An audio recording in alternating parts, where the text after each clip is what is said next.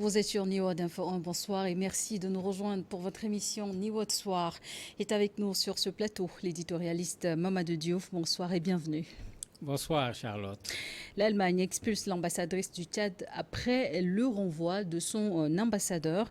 Un communiqué du gouvernement tchadien a indiqué que cette décision était due à l'attitude discourtoise et le non-respect des usages diplomatiques par l'ambassadeur d'Allemagne. Une autre source gouvernementale anonyme a également évoqué une gérance excessive de l'ambassadeur des Affaires internes du Tchad et des propos pour tenter de diviser la population. Dans quelles circonstances est-ce que ces événements se sont survenus? En fait, on ne comprend pas l'attitude du Tchad par rapport à l'ambassadeur d'Allemagne. Il n'est pas le seul à défendre les droits de l'homme. Et de façon générale, comme on le sait, quand dans nos pays il y a des difficultés d'ordre politique, d'ordre social, vous avez une ambassade ou bien l'Union européenne ou bien plusieurs ambassades qui font des communiqués de façon officielle sur ce qui se passe dans le pays. Et c'est ce qui s'est passé au Tchad. À mon avis, il n'y a rien de neuf en la matière. La vérité, c'est que le pouvoir tchadien est un peu agacé actuellement parce qu'il faut rappeler qu'au départ, le débit qui est au pouvoir actuellement est arrivé dans des conditions qui sont anticonstitutionnelles, il faut le dire clairement. Mais la géopolitique de l'époque, la situation de la Centrafrique avec la Russie faisait que les gens ne voulaient pas tenter une aventure. On a préféré une continuité avec ce qui était là. Ce qui fait que le président Macron était présent à adouber, comme on le dit, le président actuel. Mais quand vous regardez la suite, quand ils ont commencé à empêcher les manifestations et autres, la France, tout comme d'autres pays de l'Union européenne, ont dit non. Il faut laisser les politiques manifester, c'est leur droit. Certainement, le Tchad aujourd'hui est agacé parce que il est vrai que l'ambassadeur tchadien a touché là où ça fait mal. Il est revenu sur les manifestations et tout le monde aujourd'hui on a mieux compris. À l'époque, tout le monde était ahuri par la sauvagerie avec laquelle on a réprimé cette manifestation. Aujourd'hui qu'on a libéré ces gens, quand on les a écoutés parler, on a compris que c'était encore beaucoup plus sauvage que ce qu'on avait dit à l'époque. Mais il y a cette question de la transition de 18 mois qu'on a prolongé de 18 mois. Mais il s'était engagé à ne pas être candidat. Il est actuellement potentiellement candidat après les 18 mois de prolongation. Mais il y a tous ces éléments qui ont été soulevés, mais qui sont des problèmes réels pour le Tchad aujourd'hui. Il ne faudrait pas que le régime tchadien veuille fermer les yeux et chercher des problèmes ailleurs. Mais la question des droits de l'homme est souvent pointée du doigt au Tchad. Mais ce n'est pas au Tchad seulement, c'est dans tous nos pays. Je ne me considère pas comme un droit de l'homiste d'un point de vue doctrinal parce que quand on parle de droits de l'homme, il faut qu'on voit de quoi on veut nous parler. Oui. La déclaration de 1789 en France, on avait tenu compte de quelle réalité, de quelle valeur africaine par exemple. Celle de 1948, qu'on veut universelle, combien de pays africains étaient indépendants à l'époque. Moi, je préfère quelqu'un qui repose le problème des droits de l'homme. Qu'on dise que nous ne sommes pas d'accord sur tel ou tel autre aspect, qu'on veut qu'on revoie la chose. Mais on ne l'a pas fait. Nos pays ont signé les conventions. Nos pays mettent en préambule au niveau de leur constitution la Déclaration universelle des droits de l'homme. Mais quand tu le fais, si on te reproche de ne pas respecter ce sur quoi tu t'es engagé, il faudrait bien revoir également la façon de vouloir accuser les uns ou les autres. Il faudrait également que nos régimes militaires, ce n'est pas le Tchad seulement, arrêtent de penser qu'ils peuvent gouverner leur pays en essayant de dénoncer un pays étranger. Non. Il y a des fondamentaux dans les pays, il y a des problèmes dans les pays, c'est ça leur rôle, c'est ça qu'ils doivent régler. Ce n'est pas en dénonçant la France, en dénonçant l'Allemagne qu'on est en train de bien gérer un pays. C'est deux choses qui sont totalement différentes. On peut voir que les relations diplomatiques entre l'Allemagne et le Tchad ont pris un tournant tendu avec l'expulsion réciproque de leurs ambassadeurs. C'était prévisible cette situation? Mais c'était parfaitement prévisible. Bon, pour ceux qui sont habitués à ces querelles, j'allais dire diplomatiques, on appelle ça la règle de la réciprocité. Vous convoquez mon ambassadeur, je convoque votre ambassadeur. Vous renvoyez mon attaché culturel, je renvoie votre attaché culturel. On le voit régulièrement entre les pays. Ici, l'Allemagne l'a fait et ça n'a surpris personne parce que l'Allemagne ne reconnaît pas ce qu'on reproche à son ambassadeur. tout en demandant à l'ambassadrice du Tchad de quitter l'Allemagne, l'Allemagne a reconnu que son ambassadeur est un ambassadeur de qualité qui a fait du très bon travail au niveau du Tchad, et il considère qu'il a eu raison de poser ces problèmes de droits de l'homme. Donc, on n'est pas dans la posture d'une Allemagne qui se dit, bon, peut-être l'ambassadeur en a dit un peu trop, il faut soit présenter les excuses ou bien recadrer les mots, les remettre dans leur contexte. Non, l'Allemagne est dans une posture très claire. L'ambassadeur n'a pas commis de faute, contrairement à ce que lui reproche le Tchad. Et pour cela, l'Allemagne a considéré qu'il faudrait rendre l'appareil au Tchad en demandant à leur ambassadrice de quitter l'Allemagne. Mais la question qu'on se pose, est-ce qu'en Afrique comme en Occident, la question des droits de l'homme, le respect des droits de l'homme est vu de la même façon? Oui, c'est ce que je disais tout à l'heure. Il ne s'agit pas de parler seulement, de voir de la même façon. Quand on n'est pas d'accord avec un certain nombre de choses, on les remet en cause. On ne voit pas nos pays faire cette remise en cause de façon générale. Et même quand tu veux remettre en cause, mais quand on t'a proposé une convention sur les droits des enfants, mais il fallait discuter et savoir ce que tu signes et ce que tu ne signes pas. Combien de conventions nos pays ont signées? Et ce sont ces conventions qui nous créent aujourd'hui des problèmes parce que tu signes une convention internationale, cette convention internationale a un poids supérieur au poids de tes textes sur le plan national. Ce sont tes textes sur le plan national qui doivent se conformer à la convention. Il faut toujours vérifier une conformité. Mais bien sûr. Mais c'est pourquoi le président va signer, on va amener à l'Assemblée pour qu'on puisse ratifier. Oui. Tant qu'on n'a pas ratifié, on considère que ce n'est pas du tout en vigueur. Mais c'est ça que nos États doivent arrêter de faire. Si on n'a pas la même conception des droits de l'homme qu'eux, mais il faut faire ce que l'URSS avait fait à l'époque. L'Union soviétique n'avait jamais accepté de se mettre dans ce moule des droits de l'homme conçus à l'échelle individuelle. Et nous, en Afrique, on a ce problème. On nous a apporté une conception des droits de l'homme qui est une conception particulièrement individuelle. Nos peuples et autres, on n'en parle pas. Même si notre déclaration africaine parle de peuple, en réalité, nous n'avons pas participé au débat comme il le fallait pour que nous soyons dans un espace où nous sommes reconnus quand nous parlons de droits de l'homme. Ce qu'on veut nous faire faire aujourd'hui avec les droits de l'homme, c'est la remorque. Suivez-nous. Si vous suivez, c'est bon. Si vous ne suivez pas, ce n'est pas bon. Bon, c'est vrai que quand même sur ces questions qui sont soulevées par l'Allemagne, je ne crois pas qu'il y ait un problème de conception. Réprimer une manifestation comme ça a été fait au Tchad, je crois qu'il y a il n'y a pas quatre façons de voir les droits de l'homme par rapport à une telle chose.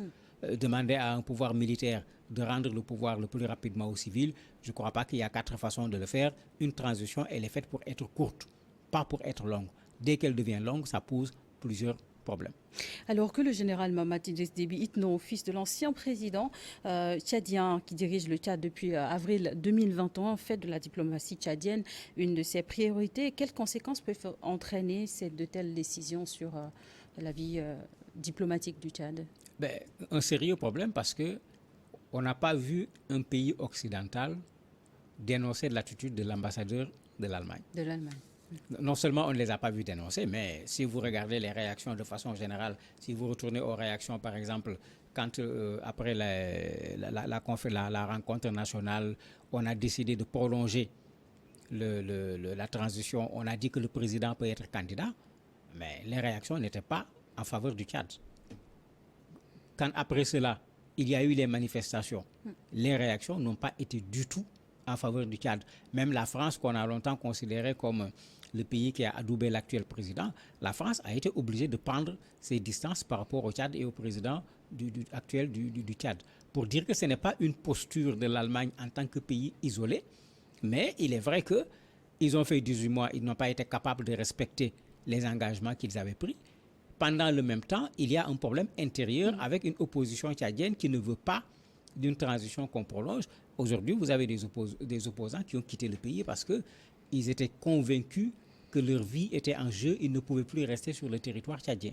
Mais tout cela, quand on le fait, il faudrait accepter que les gens le disent. Et c'est ce qu'a fait l'ambassadeur de l'Allemagne. Est-ce que c'est une situation qui risque aussi de compliquer le dialogue avec l'Union européenne, mais bien sûr, dont l'Allemagne est l'une des plus grandes économies? Mais c'est très clair, puisque les pays de l'Union européenne, d'habitude, ont des positions très proches sur ce genre de questions. Très proches quand ce n'est pas exactement la même décision. Il y a également cette fraternité, pour ne pas dire cette solidarité entre pays membres de l'Union européenne, ils risquent de se ranger plus du côté de l'Allemagne que du côté du Tchad. Et on risque de les voir eux aussi également dénoncer, parce que généralement c'est comme ça qu'ils manifestent cette solidarité. Ils vont dénoncer eux aussi la situation des droits de l'homme au niveau du Tchad, ou bien laisser leurs médias organiser des reportages sur le Tchad, montrer le niveau des droits de l'homme dans le pays. C'est le Tchad qui va payer les pots cassés sur le plan international. Justement, nous sommes dans un contexte où le pays et le Tchad sollicitent l'appui de la communauté internationale, alors que le pays doit tenir des référendums d'ici la fin de l'année. Oui, mais ça va poser problème, puisque quand on n'a pas les moyens de sa politique, quand on va vers des gens pour demander qu'on t'aide à organiser des élections, mais ces gens ont toujours posé des conditions. Parmi ces conditions, c'est la transparence des élections.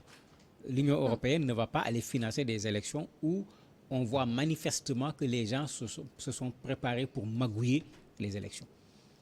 C'est d'ailleurs la raison pour laquelle, quand ils financent également, ils envoient leurs observateurs. Les observateurs internationaux. Pour venir voir comment les choses se sont passées. Mais si le Tchad veut avoir le financement de l'Union européenne, mais le Tchad est obligé d'accepter également un certain nombre de règles de l'Union européenne. Sinon, le Tchad n'a qu'à se débrouiller pour trouver son propre financement et faire fi de ce que l'Union européenne peut faire. Mais le Tchad ne peut pas vouloir un financement et vouloir dire que personne n'a rien à dire sur ce qui se passe dans mon pays. Les élections, il n'y a rien de... C'est une question de souveraineté. C'est même anormal que pour organiser des élections, qu'un pays fasse appel à l'étranger pour pouvoir organiser. Il y a deux raisons simplement. La mauvaise gestion de nos pays, puisque des élections, tout le monde sait dans chacun de nos pays quand est-ce que ça intervient. Quand on fait les projets de budget, on doit prévoir le nécessaire pour l'organisation des élections. Comment à chaque fois qu'on arrive à côté des élections, on dit qu'il n'y a pas d'argent, il n'y a pas assez d'argent, on est obligé d'aller tendre la main. C'est un problème de gestion qui se pose.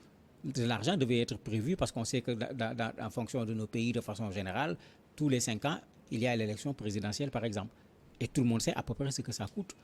Mais quand on n'a pas prévu cela dans le budget, ou bien quand ce qui a été prévu n'est pas disponible, ça pose un sérieux problème. Et comment est-ce que la situation peut retourner à la normale entre le Tchad et l'Allemagne? Je me dis que c'est le Tchad qui a intérêt à revoir sa posture. Parce que c'est très facile aujourd'hui de surfer dans cette vague anti-Occident, anti-ceci, mais on ne nourrit pas les populations avec ça. Et à un certain moment, il va falloir répondre aux questions des populations. Et les questions des populations, ce n'est pas la relation entre le Tchad et l'Allemagne, non. Ce n'est pas est-ce que l'Allemagne se prononce sur la question des droits de l'homme au niveau du Tchad, non. C'est le coût de la vie. C'est la bonne gouvernance. C'est la fin de la transition. C'est le retour à un pouvoir civil. Mais ce qui veut dire que finalement, les populations risquent d'avoir plutôt la même posture que l'ambassadeur de l'Allemagne, que la posture du pouvoir actuellement qui est en train de dénoncer l'ambassadeur de l'Allemagne qui a à peu près dit ce qu'une bonne partie des Tchadiens pensent, qu'ils soient à l'intérieur ou à l'extérieur du pays. L'Afrique est-elle prête aujourd'hui à trouver des alternatives pour contrer des subventions à l'international? Ça va être extrêmement difficile dans un premier temps, tant qu'une gestion, j'allais dire sobre, n'est pas faite des ressources que nous avons. Et on peut le faire. Il y a beaucoup de gabégie dans nos pays. Il y a beaucoup d'éléphants blancs dans nos pays, comme le disait un écrivain. Si on se met à faire de la gestion de façon sobre, on se met à faire de la gestion de façon classique, mais nous pouvons parfaitement organiser nos élections. Parfaitement. Il y a des ressources pour le faire. C'est vrai, il y a d'autres ressources qui sont là qui nous coûtent cher. Vous avez même certains qui aujourd'hui commencent à théoriser en considérant que les élections coûtent trop cher.